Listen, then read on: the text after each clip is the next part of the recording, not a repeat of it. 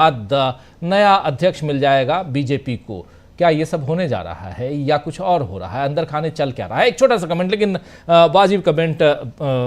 जयशंकर जी, नागपुर रह के आपने देखा है बहुत कुछ, और वहाँ की महाराष्ट्र की सियासत को भी बहुत अच्छे से जानते हैं आप, और साथ साथ देश की सियासत जान ही रहे हैं। बीजेपी आरएसएस चल क्या रहा है? फर्क है या कोई सोच में कहीं ये है, ऐसा नहीं है, कतई नहीं है। और आमतौर पे जो आरएसएस की प्रतिनिधि सभा की बैठक होती है, उसमें भाजपा के अध्यक्ष तो बहुत कम ही जाते हैं, शायद ही कभी जाते हों। उनके यहाँ जो असली काम करता है, जो जो भाजपा का चेहरा होता है, आरएसएस का चेहरा होता है भाजपा में, वो होता है संगठन प्रभारी महासचिव, जो आज की तारीख में बीएल संतोष है। तो बीएल संतोष ही सारा कुछ इधर से उधर ब्रीफ करते हैं, उधर का मामला इधर ब्रीफ करते हैं। तो उसमें ऐसा कुछ नहीं है। हाँ, आरएसएस के लोगों को जरूर ये थोड़ी सी यह है चिंता कि भाई अभी तक बार बार नड्डा को बदलने की बात, जब भी कोई कभी बदला नहीं, उसको चेंज नहीं किया, उसकी जगह पे नया अध्यक्ष चुनना चाहिए था, आज तक उसकी कोई प्रक्रिया ही नहीं शुरू हुई है। मतलब 31 मार्च को मान लीजिए होना है, तो अभी तो सारे राज्यों में चुनाव भी नहीं हुए हैं, तो कैसे चुन लेंगे आप? औपचारिकता भी तो कुछ तो दिखानी पड़ेगी ना। लेकिन वो सब नहीं है, इसलिए वो हो सकता है, मुझे कतई नहीं लगता है। देखिए, आरएसएस बहुत सेफ गेम खेलता है, सारे काम वही करवाता है भाई। जैसे बजरंग दल है, विश्व हिंदू परिषद है, वो आरएसएस के आनुषंगिक संगठन है। उसी तरह से भारतीय जनता पार्टी उसका फ्रंट ऑर्गेनाइजेशन है।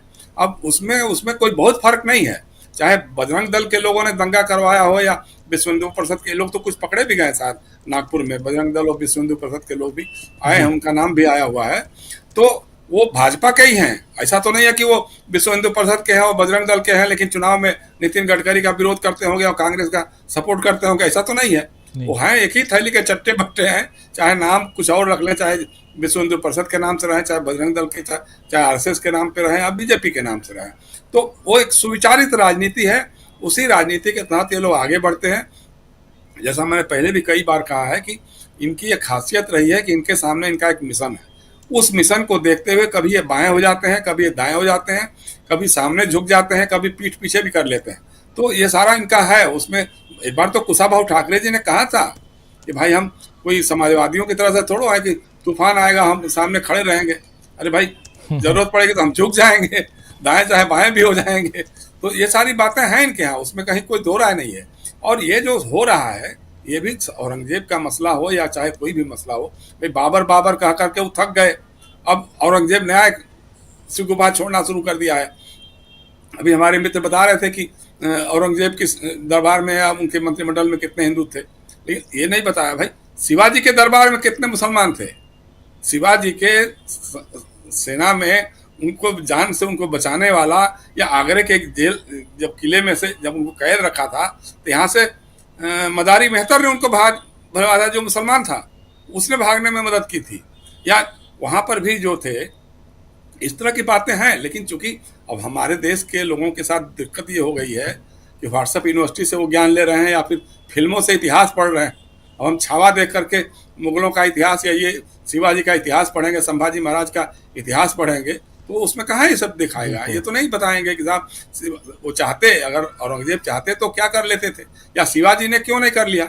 भाई उन्होंने मस्जिदों की भी रक्षा की, और औरंगजेब ने बहुत सारे मंदिरों को पैसे दिए, उनको ये करा, मदद कराई, चाहे वो आसाम में हो रहा हो, चाहे उत्तर प्रदेश में। सबसे बड़ी बात जयशंकर जी, सबसे बड़ी बात, शिवाजी जेल में हैं, औरंगजेब की जेल में हैं, और वहाँ से फूलों और फलों की टोकरी में वो छिपके बाहर आ जाते हैं।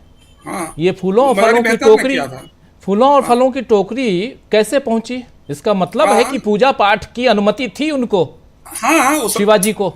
नहीं, वो देखिए उस समय जैसा हमारे मित्रों ने कहा ना, भाई अगर चाहता तो पूरा का पूरा डेमोग्राफी बदल जाती, लेकिन ऐसा नहीं था। भाई ठीक है, जहाँ देखिए असल में होता क्या था, ये राजाओं का अपना झगड़ा था, बादशाहों का अपना झगड़ा था। उनको कहाँ कौन सी और कब्जा करना है, किस किले पर कब्जा करना है, या कौन सी रियासत और अपने कब्जे में लेनी है, इसको लेकर के झगड़ा होता था। भाई राणा सांगा ने मदद ली थी बाबर की, लेकिन जब बाबर ने बयाना के किले पे कब्जा कर लिया तो उनको लगा कि अब तो हमारे घर में घुस जाएगा, मेवाड़ में भी घुस जाएगा।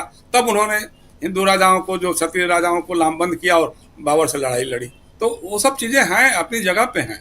और पूरा इतिहास भरा हुआ है। लेकिन वही है कि अब इतिहास, जैसे मित्रों ने कहा ना कि भाई अब मुगल काल को खत्म ही कर देंगे। दुर्भाग्य बात यह है कि जितना हम औरंगजेब को याद करते हैं, जनरल ओ डायर को याद नहीं करते हैं। जी अंग्रेजों का इतिहास जो हमारे अभी सामने है, साल 2 साल 100-200 साल पुराना है, उसके बारे में हमारी चिंता नहीं होती। जो जलियांवाला बाग करता है उसकी चिंता नहीं करते हैं। लेकिन हाँ, 500 साल पहले क्या हुआ था उसके बारे में लेकर के हमको बड़ी चिंता हो जाती है साहब। तो ये है। लेकिन अगर वही पे दलित और ओबीसी के लोग कहते हैं कि साहब अगर 500 साल की बात कर रहे हो तो हजारों साल से तो आपके पुरखों ने हमको दबा के रखा, हमको मुख्यधारा से बाहर रखा। भाई जी जब राणा सांगा की सेना की बात होती है तो उसमें सारे क्षत्रिय नजर आते हैं। ओबीसी कहाँ है, दलित कहाँ है, आदिवासी कहाँ है? तो ये सारी बातें हैं ना, उनको समाज की मुख्य धारा से काट के रखा है। अगर वो कहते हैं कि भाई हमको बदला दो, हमको विशेष अवसर दो, अरे साहब जो हमारे पुरखों ने गलतियां की थी तो उसकी सजा हमको क्यों मिले? तो भाई औरंगजेब ने अगर कोई गलती की या नहीं की विवाद का विषय हो सकता है, लेकिन उसकी जगह उसकी सजा जुम्मन मियाँ को क्यों मिलना चाहिए भाई? हमीद मियाँ को क्यों मिलना चाहिए? तो उसके बारे में आप क्यों चर्चा कर रहे हैं? और कभी भी, सही बात है, देश के मुसलमानों ने कभी भी बाबर को या औरंगजेब को अपना आदर्श नहीं माना है। लेकिन हाँ, डॉक्टर राम मनोहर लोहिया जैसे लोग कहते हैं कि भाई रजिया सुल्ताना हमारी है, उसको हमको मानना होगा कि हमारी पुरखा है। ऐसे लोग शेरशाह सूरी हैं, उसको हमको मानना होगा कि हमारे पुरखे हैं लोग। तो ये बातें हैं, इसको भी आपको ध्यान देना होगा। तो कहते थे भाई मुसलमानों को भी मानना चाहिए कि वो बाहरी थे, हमलावर थे या जो भी थे, लेकिन दूसरे यहाँ जो यहाँ पैदा हुए, यहीं के रह करके रह गए, तो वो तो हमारे पुरखे हैं, इसमें कौन सी दो राय है? तो असल बात यही है कि देखिए आरएसएस और इनका जो दिमाग सेट है वो चितपावन ब्राह्मणों का राज कायम करना है।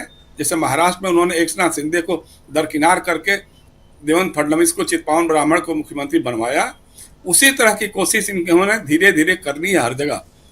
उसकी शुरुआत कैसे होगी, क्यों नहीं होगी, वो एक अलग बात हो सकती है। उसमें कभी ओबीसी चेहरे को सामने लाएंगे, कभी किसी और को सामने लाएंगे, लेकिन मन में वही है कि हमको पेशवाई राज कायम करना है, समाज व्यवस्था उसी हिसाब से बनानी है।